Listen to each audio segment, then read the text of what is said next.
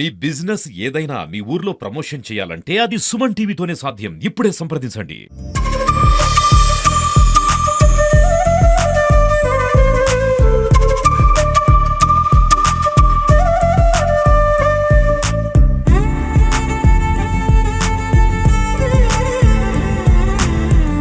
నమస్తే, welcome to Suman TV Warangal. నేను మీ స్వాతి బచ్చు. మనకి సీజన్లో దొరికే ఫ్రూట్స్ ఎక్కడెక్కడి నుంచో కూడా మనం సప్లై చేసుకొని మరీ తింటూ ఉంటాం కదండి, ఆరోగ్యానికి మంచిది అని చెప్పి. అయితే ఇక్కడ ఇప్పుడున్న స్థితిలో మనకి వర్షాలు బాగా పడడం వల్ల ఎక్కడైనా కూడా పంట నష్టం లాగానే మనకి పళ్ళకి కూడా నష్టం జరుగుతూ ఉంటుంది. అకాల వర్షాల వల్ల చాలా వరకు కూడా లాస్ అవుతూ ఉంటారు వ్యవసాయదారులు అని చెప్పాలి. అయితే ఇప్పుడున్న సిచ్యువేషన్స్లలో మొత్తం కూడా మనకి వరంగలే కావచ్చు, హైదరాబాదే కావచ్చు, చాలా రకాలుగా వర్షాలు అనుకోకుండా పడడం వల్ల చాలా వరకు నష్టాలు అయితే పంట చేతికి రాకపోవడం కానీ, వడ్లు బయట పడిపోవడం కానీ, అలాగే పండ్లు ఇప్పుడు సీజన్ మామిడి పళ్ళకైతే చెప్పనవసరం లేదండి, రాలిపోతూ ఉంటాయి ఆ గాలి వల్ల. ఇబ్బందులు అయితే ఎదుర్కొంటారు. అయితే దీని గురించి మనం ఇప్పుడు ఇక్కడ ఒక తోటలో ఉన్నామో, ఒకసారి ఇక్కడ పండించే వ్యక్తిని అయితే ఒకసారి అడిగి ప్రయత్నం చేద్దాము, మనం మాట్లాడే ప్రయత్నం చేద్దాం. అసలు ఎలా ఉంటుంది ఈ సీజన్లో అంతా కూడా. నమస్తే అండి. నమస్తే మేడం. సుమన్ టీవీ వరంగల్కి. మీరు ఇక్కడ గత కొన్నేళ్లుగా ఇప్పుడు ఈ మామిడి తోట రన్ చేస్తున్నారు కదా, అసలు ఈ మామిడి పంట మీద మీ అవగాహన మా ప్రేక్షకులకు ఒక్కసారి చెప్పండి. అసలు ఎలా ఉంటుంది మామిడి తోటలో, లాభాలే కానీ నష్టాలే కానీ, అలాగే ఇప్పుడు వర్షాల వల్ల ఎలాంటి ఇబ్బందులు ఎదుర్కొంటారు? వాస్తవంగా ఈ సంవత్సరం ఉన్న పరిస్థితి ఏంటంటే, ప్రతి సంవత్సరం మనకు జనవరి, ఫిబ్రవరి 5-10 తారీఖు దాకా మంచు పడుతూ ఉండే. ఈ సంవత్సరం ఏప్రిల్ 5-10 తారీఖు దాకా మంచు పడడం వల్ల మామిడికాయల మీద బ్లాక్ షేడ్ ఒకటి వచ్చేసి ఈ సంవత్సరం మామిడికాయల రేటు చాలా తగ్గిపోయింది. చాలా రైతులు అంటే ఒక్కొక్క రైతు కమస్కం 7 నుంచి 10 సార్లు మందులు కూడా స్ప్రే చేసిండు. హార్టికల్చర్స్ ఆఫీసర్ని అడిగి ఏమేమి మందులు కొట్టాలి, ఏం చేయాలి, ఎప్పటికప్పుడు వాళ్ళ యొక్క స్వదేశం తీసుకుంటూ మందులు కొట్టినా కూడా కంట్రోల్ కాల. ఇటు మన వరంగల్ సైడ్ నుంచి ఇటు తొర్రూరు, ఖమ్మం ఈ ఏరియా మొత్తం, గార్ల, డోర్నకల్, మైబాద్ అన్ని ఏరియాలలో కూడా బాగా, ఇటు సూర్యాపేట, ఇటు నల్గొండ సైడ్ కూడా బాగా బ్లాక్ షేడ్ వచ్చింది. దీనివల్ల ఈ సంవత్సరం ఏమవుతుందంటే, మంచి క్వాలిటీ ఉన్న సరుకు ఇప్పటికి కూడా 40 రూపాయల దాకా రేంజ్ ఉంది. ఈ బ్లాక్ ఉన్న సరుకు వచ్చి ఏమవుతుందంటే 10 రూపాయల నుంచి 20 రూపాయలు అమ్మడమే చాలా కష్టంగా ఉంది. రైతులకు నిజంగా చెప్పాలంటే, ఇవాళ సొంతం తోటలు ఉన్న రైతులు కానీ, తోటలు పట్టుకొని బతికే రైతులకన్నా కానీ, ఈ మామిడికాయ కోసుకొచ్చి వరంగల్ మార్కెట్కు కానీ ఏ మార్కెట్కి పోయినా 1 కిలో కాయ కోసి మార్కెట్ తేవాలంటే మినిమం 10 రూపాయల ఖర్చు అవుతుంది. పాపం వాళ్ళకు 10 రూపాయలు, 15 రూపాయలు, 20 రూపాయలు అమ్మితే ఏమొస్తాయి? ఏమి రాదు. ఈ మంచి క్వాలిటీ ఉన్న సరికే 40 రూపాయలు అమ్మిందంటే వాళ్ళకి 10 రూపాయలు ఖర్చు పోయినా, 10-12 ఖర్చు పోయినా 25-27 ఇట్లా మిగులుతూ ఉంటాయి. కానీ ఈ సంవత్సరం చాలా గందరగోళంగా ఉంది. తోటలు కౌలుకు తీసుకొని పోదన చేసుకొని బతికే రైతులైనా ఇబ్బందులనే ఉన్నారు. సంత తోటల యజమానులు కూడా, వాళ్ళు కూడా సొంతం పెట్టుబడులు పెట్టుకొని తోటలు కాపాడుకొని మార్కెట్ తెచ్చుకునే వాళ్ళు కూడా, ఇరు వర్గాలు, ఇటు తోటలు, సంత తోటల వాళ్ళు కానీ, తోటలు పట్టుకొని బతికే వాళ్ళు కానీ, ఇద్దరికి కూడా చాలా ఇబ్బంది ఉన్నది.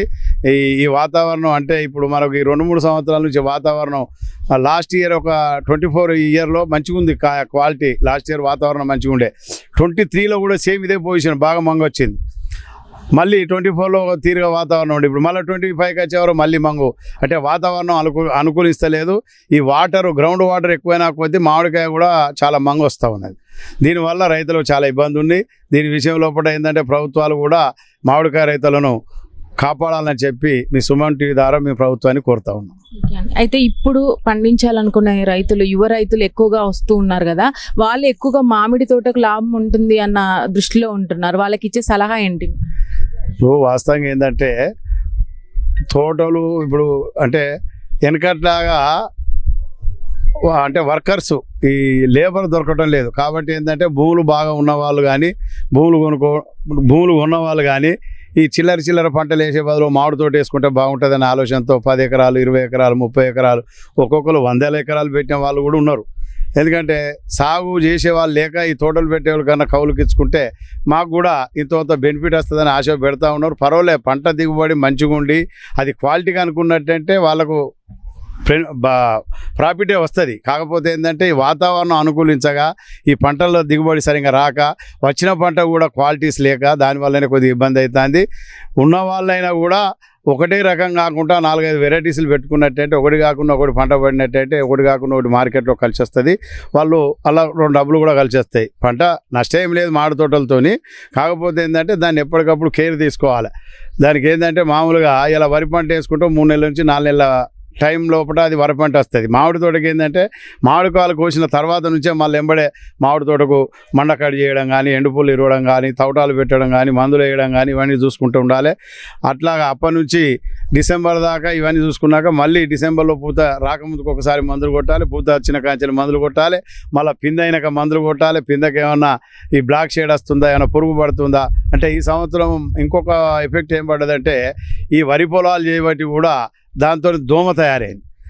ఈ నీళ్ళు ఎక్కువైపోయి వరి పొలాలు ఎక్కువ వేసింది. వరి పొలాలు ఎక్కువ వేసే వరకు ఏమవుతుందంటే వరితోని దోమ తయారవుతుంది. ఈ ఎండుమిర్చి వేయడం వల్ల ఎండుమిర్చితో నల్లి పురుగు తయారైంది. ఈ వరి పొలాలకు మందులు కొట్టి ఈ ఎండుమిర్చికి మందు కొట్టే వరకు ఏమవుతుందంటే ఆ పురుగు అంతా వచ్చి మామిడి తోటల మీద పడుతుంది. మామిడి తోటల మీద పడి ఏమవుతుంది ఇదంతా మామిడికాయను ఖరాబ్ చేస్తుంది. ఈ మామిడి తోటలో మందు కొట్టే వరకు ఏమవుతుంది మళ్ళీ ఈ మందు ఈ పురుగు అంతా పోయి మళ్ళీ మిర్చి తోట ఇట్లా ఇటు అటు కాంబినేషన్. ఎంతైతే ఇప్పుడు సైన్స్ పెరిగింది, ఎంతైతే మందులు పెరిగినాయి అంతకెక్కువ రోగాలు కూడా పెరుగుతూ ఉన్నాయి. దానికి ఎవరు ఏం చేయలేరు. ప్రకృతితోనే ఎవరు తట్టుకోలేరు. దానికి ఏమున్నా ఆ భగవంతుడే కాపాడాలి. ఆ సూర్యరశ్మి ఎప్పటికీ ఎండ బాగున్నట్టయితే మామిడికాయ క్వాలిటీ బాగుంటుంది. ఎండ లేకపోతే మామిడికాయ ఎప్పుడు క్వాలిటీ ఉండదు. ఎంత ఎండ కొడితే అంత మంచిది. రాత్రిపూట కూడా బాగా ఉబ్బరించాలి. బాగా ఒక్కపోత పోసినప్పుడే మామిడికాయ క్వాలిటీ వస్తుంది. లేకపోతే మామిడికాయ క్వాలిటీ రాదు. అయితే ఇప్పుడున్న సిచ్యువేషన్స్లలో మనకి పండు పండడానికి కూడా కెమికల్స్ ఎక్కువ యూజ్ చేస్తున్నారు అని చెప్పేసి ఒక వార్త అయితే ఉంది కదండి. మరి ఏది మంచి ఏది వాడాలి వాడకూడదు అనేది మీరేమని చెప్పగలుగుతారు? వాస్తవంగా ఏంటంటే ఇప్పుడు కెమికల్స్ అనేది లేదు. ఒకప్పుడు వెనకట నా చిన్నప్పుడు 50 సంవత్సరాల కింద ముచ్చడి చెప్తున్నా. నేను 1974 నుంచి మామిడికాయ వ్యాపారంలో ఉన్నా. నేను చిన్నపిల్లగాని కాంచెలి 13 సంవత్సరాల 14 సంవత్సరాల వయసు నుంచి. అప్పుడు కాశగడ్డిలో పండించేవారు. రాను ఏమైందంటే కార్బైడ్ పెట్టేవాళ్ళు. ఆ కార్బైడ్ కూడా పగలగొట్టి పొట్టాలు కట్టి తడి సంచులలో పెట్టేవాళ్ళు. చాలా కేర్గా చేసేవాళ్ళు.